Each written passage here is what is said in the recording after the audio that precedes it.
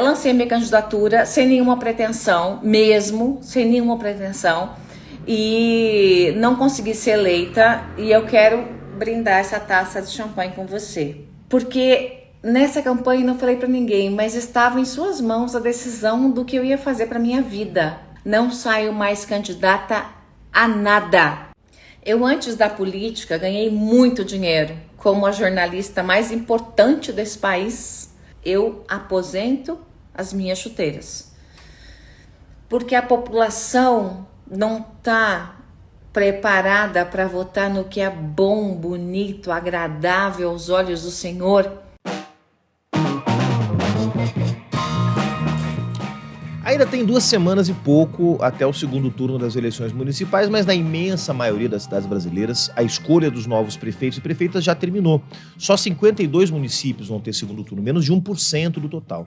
Então qualquer análise dos resultados, mesmo que parcial, fica um pouco prejudicada porque a eleição ainda não terminou, principalmente se a gente considerar que a maior cidade do país, que é São Paulo, vai ter segundo turno. Mesmo assim, já dá para a gente ter alguns indicativos iniciais para saber quem venceu e quem perdeu essas eleições. A primeira conclusão, que não deve se alterar muito, independente dos resultados do segundo turno nessas cidades, é que o grande vitorioso dessas eleições é mesmo o orçamento secreto, hoje transformado nas chamadas emendas PIX. O mega esquema de controle do orçamento montado pelo Centrão durante o governo Bolsonaro irrigou de recursos prefeitos de todo o país, fortalecendo os candidatos da velha direita oligárquica. Não por acaso, os partidos que mais elegeram prefeitos são justamente legendas como o PSD e o MDB, só para dar 2 exemplos.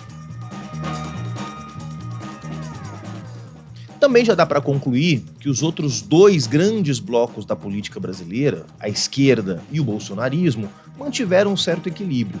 Embora o PL tenha conquistado mais de 500 prefeituras, a esquerda e a centro-esquerda somadas mantiveram um tamanho parecido com o das eleições passadas. Mas o principal fato envolvendo esses blocos nessa eleição é que nem Lula nem o Bolsonaro foram os grandes nomes das disputas municipais, ao contrário do que alguns analistas previam.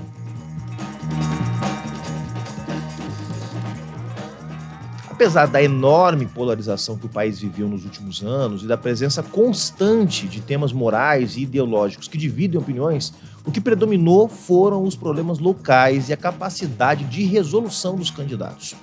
Diante das incertezas em relação ao futuro, os eleitores, especialmente os mais pobres, optaram por um voto mais pragmático, escolhendo candidatos que representassem algum tipo de ganho de curto prazo. A gente viu isso em São Paulo, por exemplo. Apesar de todo o holofote que conseguiu no primeiro turno com suas performances exageradas nos debates, o Pablo Marçal ficou fora do segundo turno. Quem vai disputar agora são 2 candidatos que representam projetos de cidade e não só posições políticas ou ideológicas opostas. É verdade que cada um deles encarna a polarização nacional, já que o Boulos é o candidato do Lula e o Nunes é o candidato do Bolsonaro. Mas isso não reduz a disputa na maior cidade do país a uma simples oposição entre blocos políticos lulista e bolsonarista. Até uma parte dos eleitores do Pablo Marçal está em disputa, já que tem ali uma galera que não é necessariamente bolsonarista. Então, a corrida para a Prefeitura de São Paulo está totalmente em aberto. Para fazer uma avaliação parcial do primeiro turno das eleições municipais em todo o Brasil, tá no ar pela TV Fórum e no seu tocador de podcasts favorito, mais um La Base Brasil. La Base Brasil, com Juliano Medeiros, Rebeca Neto, Richard Nascimento e Indira Maga. É isso, damos arrancada no 22º episódio do La Base Brasil, dando as boas-vindas a ela, Rebeca Neto. Quais são os dados que você traz hoje pra gente, Beca? Oi, Juliano, Indira, Richard, você que nos acompanha. Juliano, hoje a gente, obviamente, vai fazer um balanço do resultado do primeiro turno e vai comentar aí sobre 3 principais marcas: a continuidade, o fisiologismo e também a disputa no seio bolsonarista. Muito bem, o que não falta, aliás, o que não faltou ao longo dessa semana foram análises sobre os números e tentativas de interpretar o resultado das urnas. Dando as boas-vindas ao Richard Nascimento, que vai nos contar o que caiu na rede depois do primeiro turno, Richard.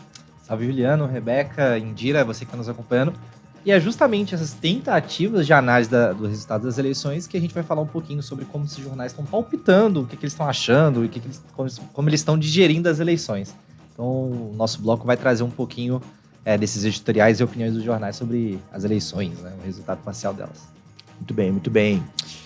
Falando sobre os temas que acontecem fora do Brasil, nosso olhar agora vai para a América Latina. Quem nos conta é ela, Indira Maga. Bem-vinda, Indira. Oi, Juliano, Rebeca, Richard, para todo mundo que está nos acompanhando.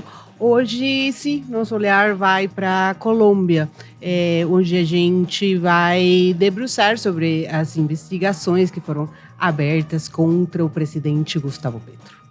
Muito bem, tema pra lá de quente. Começa agora o 22º episódio do La Base Brasil. Aliás, se você não assistiu ou não escutou os episódios anteriores, você pode conferir a nossa playlist no canal do YouTube, que está na descrição aqui do vídeo. Ou também pode dar uma olhada no feed do seu tocador de podcasts. E não esquece de seguir a gente no Instagram e no TikTok para saber quando sai episódio novo. Nosso arroba é o @La Base Brasil. Vamos nessa. Base de dados, com Rebeca Neto. Bom, pessoal, então, bora lá. Passado o primeiro turno das eleições de 2024, como sempre, o Brasil, então, se volta para uma nova disputa. E aí eu não estou falando do segundo turno, não. Eu estou falando da guerra de análise aí para tentar explicar o porquê do resultado desse último domingo ter sido como foi. Então, nos últimos dias, o que mais a gente viu foi nos jornais, nos podcasts, nas redes sociais e até na própria militância de esquerda, foi isso. De um lado, tem muita gente aí tentando achar os culpados, digamos assim, por uma dita derrota brutal da esquerda. Tem uma outra galera dizendo que quem venceu foi o bolsonarismo. Aí tem gente que diz que o Bolsonaro foi o principal derrotado. Gente que está elogiando a postura aí do presidente Lula de não se envolver muito aí nas disputas municipais. E gente também dizendo que esse talvez tenha sido o principal motivo do resultado ruim das esquerdas. Gente que também diz que em pleno 2024 a esquerda não foi para frente porque não deveria abordar pautas identitárias, ou seja, posição feminista, antirracista, defesa da população LGBT, etc. Enfim, acho que já deu para entender do que eu tô falando. Rebeca, e esse clima de barata voa é até meio compreensível. Depois de quase uma década de derrotas eleitorais em série, a gente finalmente conseguiu eleger o Lula em 2022, deu um respiro. Eu acho que isso acabou gerando uma expectativa forte em muita gente de que essa eleição ia ser um ponto de virada, de que tudo ia melhorar em termos eleitorais. Mas disputas municipais no Brasil, como a gente já viu, são determinadas por outros fatores, né? Juliano, o Brasil tem 5.570 municípios. É complexo, tem uma dinâmica regional muito forte e é bastante distinto entre si. Então, para fazer esse programa, o que a gente fez foi a seguinte pergunta: o que mais salta aos olhos no primeiro turno da eleição de 2024? E quando a gente analisa os resultados, as principais marcas são a continuidade, o fisiologismo e as disputas internas no bolsonarismo que foi se escancarando. Em primeiro lugar, então, a gente vai falar sobre a continuidade. No último domingo, 3.034 prefeitos estavam tentando a reeleição e 2.444, ou seja, um pouco mais de 80% aí deles conseguiram. Então, além disso, o maior índice de reeleição, que tinha sido em 2008, estava com 63,7%. Isso significa que 44% das cidades brasileiras vão entrar em 2025 sendo governadas pela mesma pessoa. E esse é o maior índice desde que o Brasil passou a ter reeleição para o cargo de prefeito em 2000. Como a gente disse no La Base da semana passada, tinha grandes chances de várias disputas de capitais acabarem já no primeiro turno. E o resultado confirmou. Foram 11 capitais encerrando, então, a eleição já nesse domingo contra só 6 de 2020, por exemplo. Dessas 11, 10 prefeitos se reelegeram, em geral, com uma votação gigante. E por que isso? Bom, um dos fatores, com certeza, é o clima de apatia que está muito forte na população em relação à política. Essa nos pareceu, ser a maioria dos lugares uma campanha fria, de baixa mobilização, com pouca centralidade aí na vida das pessoas mesmo. E acho que dá para dizer que não é à toa. De alguma forma, acho que a população brasileira está um pouco traumatizada com os últimos anos, como a gente disse no último episódio do La Base Brasil. Essa mistura de pandemia, crescimento da extrema-direita e o clima tóxico que tomou o debate público foi pesada para todo mundo, né, Rebeca? Nossa, foi bastante disso e acaba favorecendo, sim, a direita, já que para a esquerda é muito ruim uma campanha fria. A gente acaba dependendo mais da mobilização e do debate mais aberto na sociedade. Então, isso acabou premiando prefeitos que conseguiram manter aí uma coalizão política forte e que fizeram gestões razoáveis com reeleições quase que automáticas, sem muito debate. Mas, para além dessas questões mais abstratas, né, de percepção aqui da gente, tem um fator muito objetivo para essa taxa de reeleição. E aqui, então, entra a nossa segunda marca de resultados aí desse domingo, o fisiologismo. Essa foi a primeira eleição municipal depois da instituição, durante aí o governo Bolsonaro, o mandato do Arthur Lira, né, do orçamento secreto, que hoje atende pelo nome de emendas PIX. E esse não é só um elemento para manutenção do poder dentro do Congresso. As emendas PIX se tornaram algo essencial para definir os resultados dessas eleições. As emendas sempre foram um fator importante, só que nunca houve algo tão grande como o orçamento bilionário que existe hoje.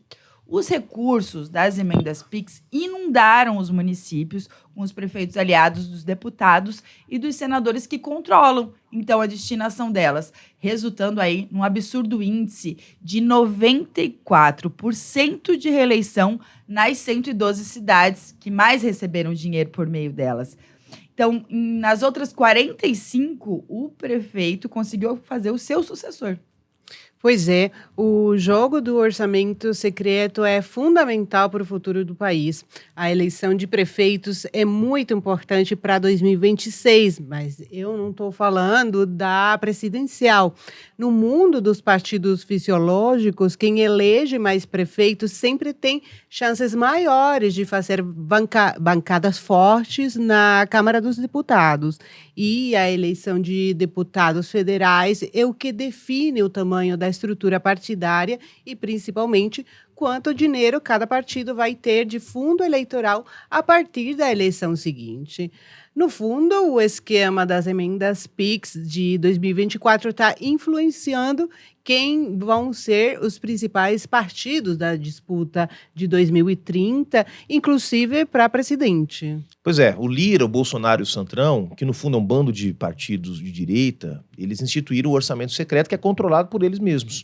Esses deputados literalmente compram prefeitos pelo país com milhões de reais em emendas. Eles se reelegem já comprometidos com os seus padrinhos na eleição seguinte. Daqui a 2 anos, eles vão trabalhar para reeleger esses caras, aumentar ainda mais as bancadas fisiológicas e seguir impedindo qualquer tipo de mudança estrutural no país. Enquanto boa parte da imprensa estava bradando que o grande problema do Brasil era a polarização, veio o Gilberto Kassab e passou por cima da cabeça de todo mundo com trator, comprado com emendas PIX. Ah, pois é, Juliano. Muito tem se falado que a direita ganhou essa eleição de lavada. Mas a verdade é que as prefeituras no Brasil são governadas pela direita fisiológica desde sempre. É nas prefeituras que a gente mais vê como o sistema político atual, no fundo, ainda é um subproduto aí das oligarquias regionais e da concentração de poder e de riqueza. No auge, em 2012, o PT elegeu 635 prefeitos no país. E no último domingo, o PSD do Gilberto Kassab ganhou a eleição com 877 cidades, se tornando aí oficialmente o principal partido de direita fisiológica, que se convencionou chamar de Centrão. Ele foi seguido de perto aí pelo MDB, sempre um dos campeões aí, dos pleitos municipais, com 846. Já o PP do Arthur Lira fez 743 e União Brasil fez 578. Então, aí, juntos, esses 4 partidos vão governar mais de 3 mil cidades, ou seja, pelo menos 54% dos municípios brasileiros a partir do ano que vem. E para além de liderar o ranking, o PSD saiu também como uma espécie de campeão simbólico dessa eleição. No Rio de Janeiro, elegeu no primeiro turno o Eduardo Paes, apoiado pelo Lula contra um bolsonarista. Em Belo Horizonte, está no segundo turno com o atual prefeito, o Fuad Noman, por conta de um voto útil de reta final do campo progressista. Já em Curitiba, também está no segundo turno com o Eduardo Pimentel, que tem o PL de vice, apesar de, na reta final, o Jair Bolsonaro ter declarado apoio a uma outra candidata do PMB. E para coroar, em São Paulo, o Kassab estava do lado do Tarcísio de Freitas e do Ricardo Nunes, que é o candidato do Bolsonaro, na apuração do primeiro turno. O Kassab é, de fato, o maior camaleão da política brasileira. Ninguém parece manejar tão bem a política fisiológica quanto ele, Juliano. Bom, em quinto lugar, no ranking partidário, ficou então o PL do Bolsonaro, com um pouco mais de 500 prefeituras. Parece muito, e é mesmo, mas antes da eleição, o Valdemar Costa Neto chegou até a falar que o partido ia eleger pelo menos o dobro disso. Só que, do outro lado, se o PL não foi do tamanho que estava apostando, foi muito bem capitais. Ele já elegeu 2 prefeitos e está em segundo turno em outras 9 cidades. Já o PT elegeu 248, o que é pouco, mas representa até um aumento se a gente comparar com os 183 de 2020. No campo mais amplo, da esquerda, quem também cresceu um pouco foi o PSB, que fez um pouco mais de 300 prefeitos. Já o PCdoB, o PV, a Rede e o PSOL caíram em número de prefeitos. No fim das contas, o quadro geral é mais ou menos o seguinte: o campo progressista saiu mais ou menos do tamanho que entrou, o bolsonarismo avançou, só que pouco, em cima dos escombros da própria direita, e quem venceu de verdade foi quem sempre vence as disputas municipais: os partidos mais ligados ao fisiologismo, ao agronegócio, às famílias poderosas dos estados, ao capital financeiro e aos esquemas. Os partidos que a gente chama de centrão são os fiadores do verdadeiro sistema no Brasil. São eles que vão seguir aí mandando na maioria das cidades. Tudo como dantes. Sim, e por último eu disse que a terceira marca dessa eleição até agora foi a disputa dentro da direita bolsonarista. O fato é que com Bolsonaro inelegível, é uma delícia dizer isso, está aberta a temporada de postulantes ao cargo de representante da direita no Brasil. E a gente aí tem vários casos. Tem o de Curitiba, que o Juliano até já falou aqui, onde um candidato tem o PL na vice, mas o Bolsonaro, o Nicolas Ferreira e até o Pablo Marçal apoiaram uma outra candidata, e aí, na última hora, uma total desconhecida, que tem como um único predicado a defesa dos presos na tentativa do golpe de 8 de janeiro. Já em Goiânia, no segundo turno, vai ser disputado entre um candidato do governador Ronaldo Caiado e o candidato do Bolsonaro, que passaram a campanha inteira trocando farpas e xingamentos. Só que foi aqui em São Paulo que o pau quebrou de verdade. O candidato oficial do Bolsonaro, como você sabe, é o Ricardo Nunes, mas quando o Pablo Marçal entrou na campanha e começou a crescer, isso deu uma emparedada no ex-presidente, que praticamente não apareceu na campanha. E o motivo disso a gente aqui no La Base já sabe. Boa parte do eleitorado bolsonarista foi naturalmente aí para o Marçal, e o Bolsonaro não queria se indispor com essa turma. Só que, por outro lado, o Bolsonaro também sabe que para ele é muito importante derrotar o Marçal, já que esse ex-coach pode ser, sim, protagonista, um adversário protagonista aí, da direita nos próximos anos. No meio disso tudo, quem colocou todo o seu capital político a favor do Nunes acabou sendo mesmo o governador Tarcísio de Freitas. E também o pastor Silas Malafaia, que é um bolsonarista da linha de frente e fez dezenas de vídeos aí atacando o Marçal nessa reta final, chegando inclusive a criticar o candidato quando, na sexta-noite, ele publicou um laudo, falsificado aí contra o Boulos. Só que o melhor mesmo foi agora, nessa terça-feira, quando o Malafaia deu uma entrevista para a jornalista Mônica Bergamo, da Folha, cujo título é delicioso e diz assim, abre aspas: Malafaia diz que o Bolsonaro é covarde e omisso e questiona que porcaria de líder é esse. Fecha aspas. E aí, de fato, a gente vai assistir um trecho. Agora vamos para a maior decepção. Jair Messias Bolsonaro. Essa, para mim, é a maior decepção. Por quê? Ô, Mônica, a política é feita, um político é reconhecido no mundo político por seus posicionamentos. Qual é a sinalização que Bolsonaro passou? Eu não sou confiável nos meus apoios. E ele não é. Hã? Ele não é. Então, ele não é. Ele passou essa mensagem para o mundo, primeiro o mundo político, depois eu vou falar para o povo. Para o mundo político, ele passou a seguinte mensagem: eu não sou confiável. Quem é que vai fazer aliança com um cara que não é confiável? O que ele fez em São Paulo e no Paraná é uma vergonha. Em São Paulo, em cima do muro. No Paraná, ele tem candidato a vice numa chapa e declarou: olha, a mulher lá pode usar meu nome. E eu achando que a maior decepção tinha sido a Joyce Hasselman, que um dia foi uma mulher recordista de votação no país, e nessa eleição teve incríveis 1.673 votos para vereadora. Richard, mas parece que logo depois disso, o Malafaia e o Bolsonaro conversaram e já se acertaram. O pastor até postou um card com o seguinte texto: aviso aos bolsominions, viúvas de Pablo Marçal que estão me atacando. Quero anunciar que eu e o Bolsonaro nos entendemos. Quem são vocês? Só kkkk. Muito kkkk. É difícil até comentar, mas independente disso, a verdade é que tem muita gente que já está jogando o jogo de 2026, enquanto 52 cidades, sendo 15 capitais, começam o seu segundo turno. Outra verdade é que o quadro final da disputa, com certeza, não é de vitória para a esquerda, pelo contrário. Mas também não ficou muito pior do que já estava, como tem gente dizendo por aí, pintando um cenário catastrófico. O saldo final ainda vai depender dos segundos turnos que estão rolando, principalmente aqui em São Paulo. E dependendo dos resultados, a conversa vai ser outra a partir de novembro. Obrigado, viu, Rebeca? Agora a gente vai ao quadro Caiu na Rede. Caiu na Rede, com Richard Nascimento. Bom, vamos começar aqui o nosso quadro de repercussão dos debates públicos, falando das análises dos principais jornais do país sobre os resultados desse primeiro turno. A Folha disse que centro e direita, mais uma vez, avançam no país, argumentando que o pleito de 2024 nada mais é do que a continuidade da tendência de queda da esquerda, observada desde a eleição de 2016, a primeira depois da Lava Jato.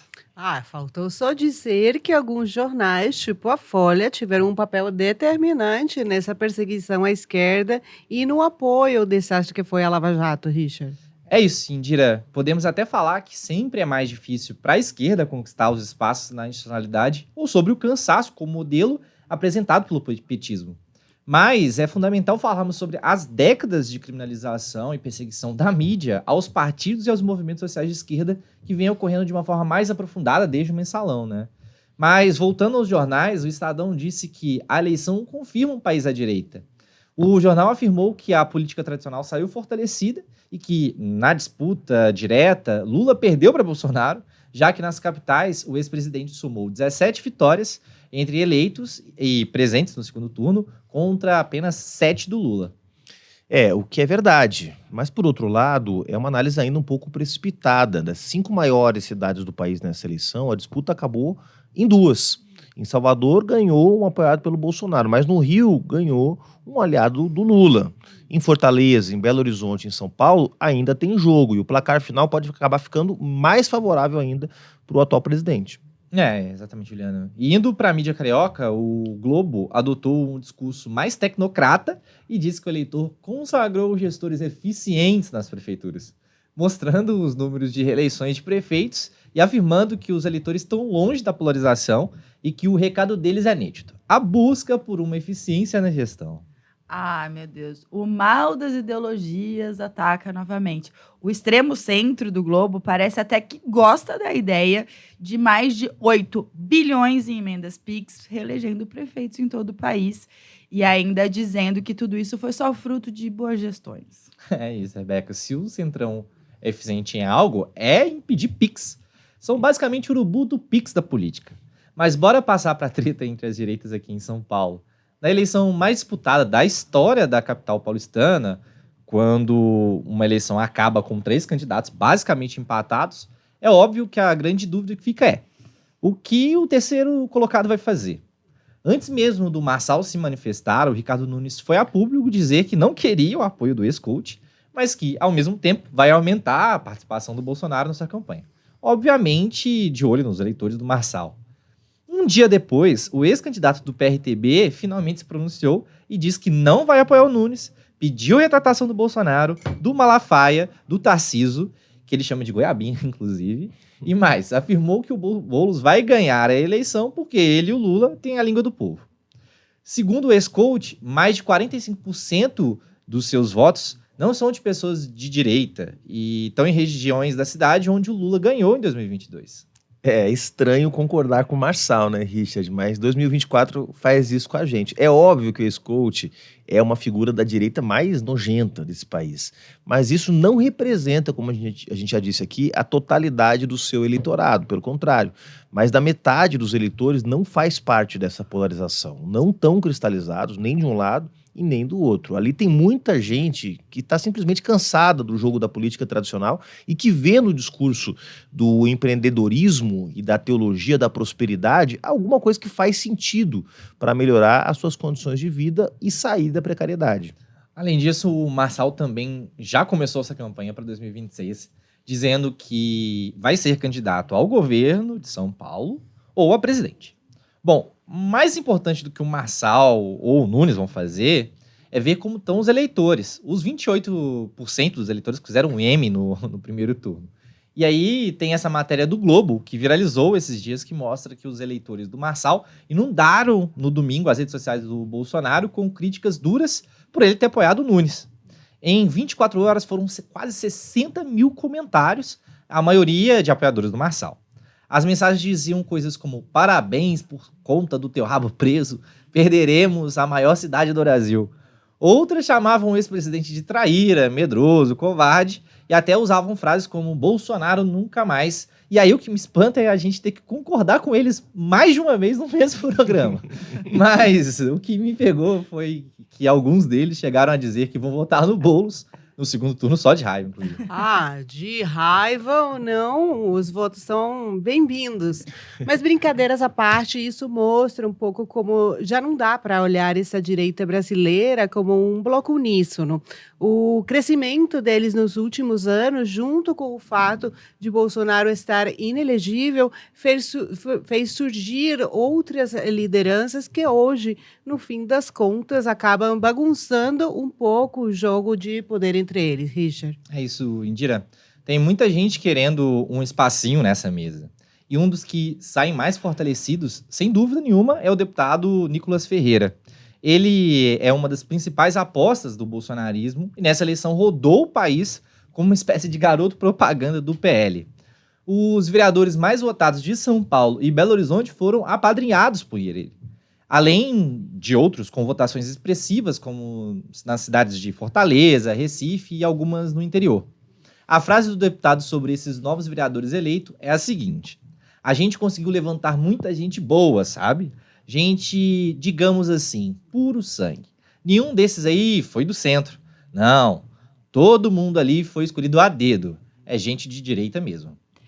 E o fato é que já existe uma segunda geração de bolsonarismo e talvez até uma terceira, que é de gente que se formou politicamente já nesse último ciclo e agora começou a se eleger. É diferente ter um político tradicional que se converteu ao bolsonarismo e um cara jovem que é 100% bolsonarista desde sempre. E pior, ainda vai ter algumas décadas de vida política pela frente. A gente acaba olhando muito para o Bolsonaro, mas a verdade é que tem muito mais com que a gente se preocupar. Nem fala, Rebeca. Fora que isso diz muito sobre a capacidade que esses caras têm de se renovar, né? O que na esquerda ainda vem sendo difícil, um pouco demorado, até mais do que a gente gostaria e necessita.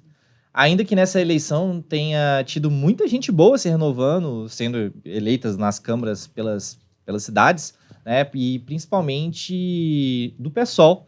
Mas é um tema para a gente aprofundar depois, quem sabe no futuro, La Base Brasil, né, Juliana? O pêndulo do debate político no Brasil, de fato, está caindo mais para a direita já faz um tempo, né? O resultado da eleição é ruim, apesar de ainda ter disputas sendo feitas, e mostra, mais uma vez, que é necessário que as forças de esquerda se reconectem com os problemas e os anseios mais fortes dos brasileiros. Não está na hora mais de escolher a agenda, mas de disputar o sentido das agendas que estão colocadas. O bom é saber que, no meio desse caos, também tem algumas notícias boas, como essa renovação e essas novas lideranças de esquerda que foram eleitas, como mencionou o Richard aqui. Obrigado, Richard. Agora a gente vai para o nosso quadro Mundo Afuera. Mundo Afuera, com Indira Maga. Os olhos da América Latina se voltam à Colômbia nessa semana. O Conselho Nacional Eleitoral do país, o CNE, abriu uma investigação contra Gustavo Petro, no que parece mais uma tentativa de desestabilizar um governo popular e progressista na nossa região. A acusação do CNE é de que o primeiro presidente de esquerda da história do país, eleito em 2022, teria extrapolado o limite de financiamento da sua campanha eleitoral e recebido recursos de sindicatos, o que é proibido na lei local. Petro contesta a legalidade das acusações e denuncia tanto uma tentativa de criminalizar a participação de organizações sociais no processo eleitoral, quanto uma mobilização das elites colombianas por um golpe contra a democracia e as leis do país. Bom, além do Petro, também estão sendo investigados outros nomes da campanha e do governo. Segundo o CNE, a campanha teria ultrapassado em mais de 5,3 bilhões de pesos colombianos, algo em torno de 7 milhões de reais, o valor permitido pela legislação eleitoral do país. Só que, obviamente, essa investigação não é uma questão apenas técnica ou administrativa.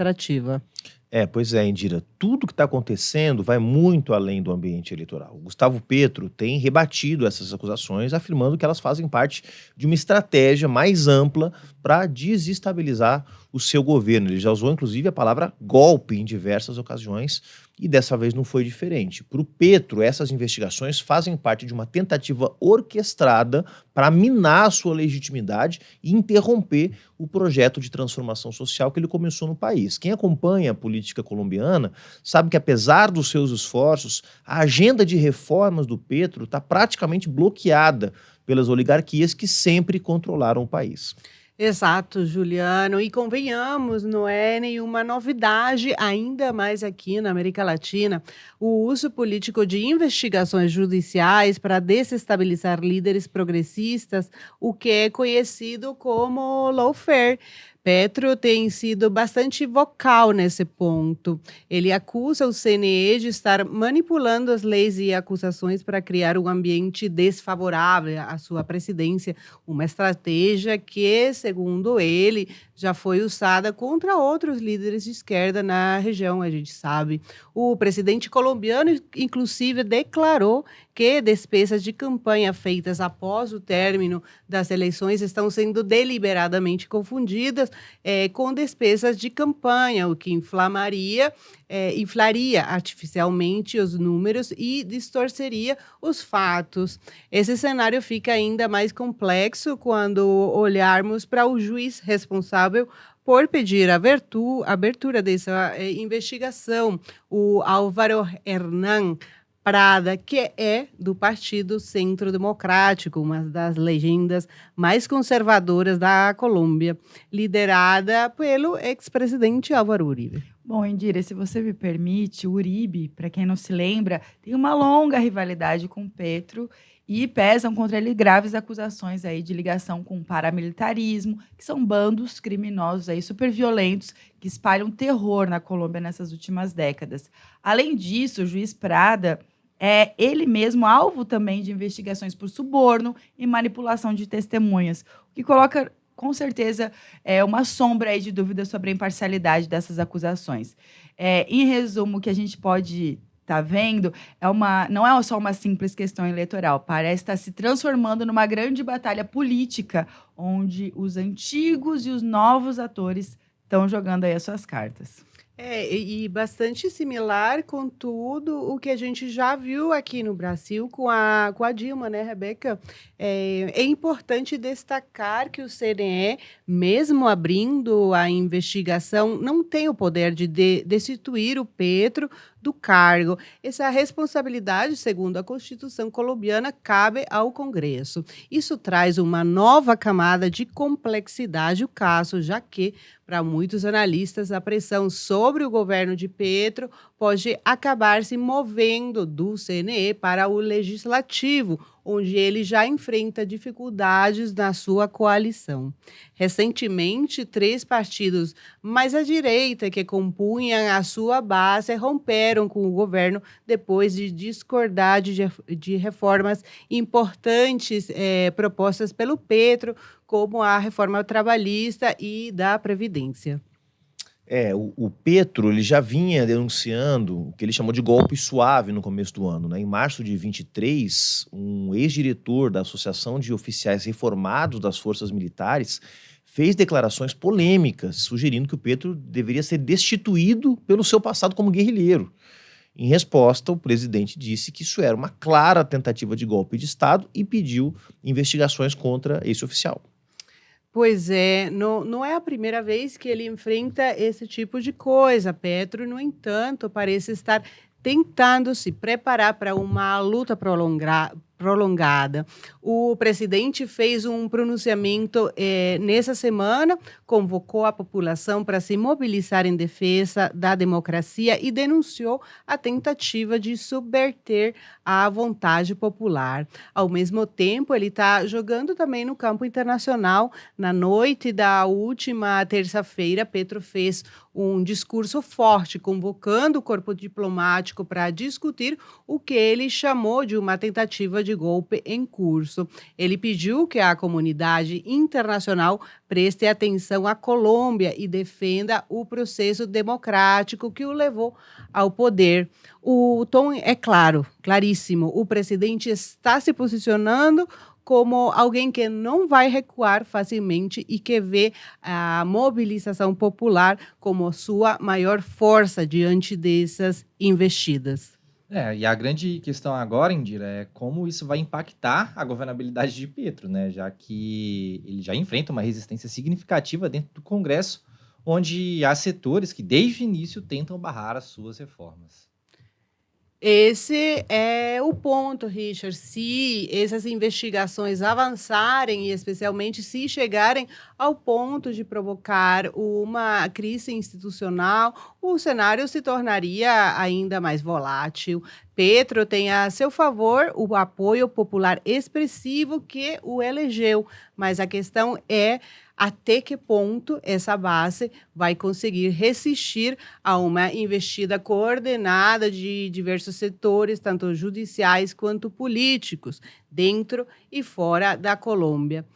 Sem dúvida, o país está em um momento crítico e os próximos meses vão ser decisivos para o futuro do governo do Gustavo Petro. A tensão entre o presidente e as instituições do país só parece aumentar e tudo indica que estamos vendo o início de uma batalha que vai se desenrolar por muito tempo, com desfecho ainda incerto. Por enquanto, o apoio parece ser expressivo. As principais centrais sindicais do país soltaram um comunicado em que declaram estado de alerta diante o que classificam como um perverso propósito de derrubar o presidente da República e anunciaram sua intenção de convocar mobilizações em defesa do Petro.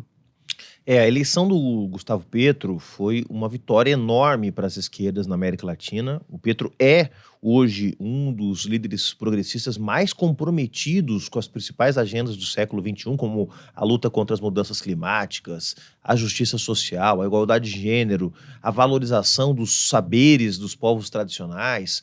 Então, não é à toa que a velha direita oligárquica tente instaurar um caos no país, né? A gente vai seguir acompanhando atentamente os desdobramentos dessa situação lá na Colômbia. Obrigado, Indira. E hoje a gente fica por aqui. No roteiro e pesquisa estão o Cauê Scarin e a Jana Maurer. A direção de produção é do Cláudio Zamboni. A direção de arte e o switcher é do Luciano Perobelli. Na produção, Suzy Domingues e na assistência de direção, Nayara Vieira. Na assistência de produção, Paulo Lofredo. E na operação de áudio, o Raul Freza. A masterização e a mixagem são do Luciano Melo. E a locução é do Fernando Buzian. do La Base Brasil é gravado nos estúdios Fricts em São Paulo. Segue a gente lá no @La Base Brasil para saber as nossas novidades. Muito obrigado e até semana que vem.